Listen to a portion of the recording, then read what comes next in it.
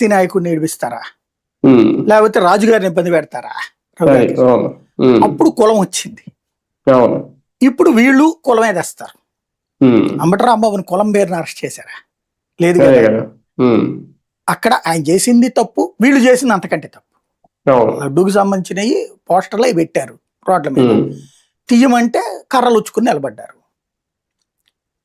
అక్కడికి వెళ్ళి సరే నిలబడ్డా సరే తను వెళ్దాం అనుకున్నాడు అక్కడికి. ఉమ్, బలవంతంగా పోలీసులు పంపించేటప్పుడు ఆవిడెవరో ఇప్పుడు లైబ్రరీ కమిటీ చైర్పర్సన్ ఉమ్, అయింది, అవును, ఆవిడ గ్రంథాలయం. ఉమ్, లం కొడక రారా చూసుకుందామని. ఉమ్, ఉమ్, అవును.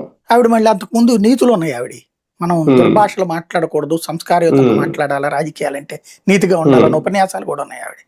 ఉమ్, ఆవిడే లం కొడక రారానికి ఏకలేసింది అనమాట. ఉమ్, అయిపోయింది. అంబటి రాంబాబు ఉమ్, ఆ కోపంతో చంద్రబాబు గారిని ఈయన. తిట్టేశాడు. ఉమ్, అది తిట్టడం తప్పే, నో డౌట్. ఆవిడ ఆయన్ని సంయమనం తిట్టడం కూడా కోల్పోయింది, తప్పు ఈయన కదా. సంయమనం కోల్పోయారు. ఉమ్, ఆయన్ని ఉమ్, తిట్టడము తప్పు అన్నది మాత్రం కేసు పెట్టాల.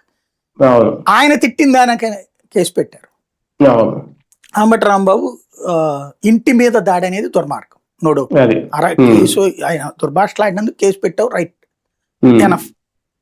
కానీ చట్టపరంగా వెళ్లాల్సింది నువ్వు ఇంటి మీదకి దాడి, తర్వాత ఉమ్, జోగి రమేష్ ఇంటి మీదకి దాడి. ఈ ఉమ్, రెండు దాడుల ద్వారా ఏం సంకేతం ఇచ్చారు?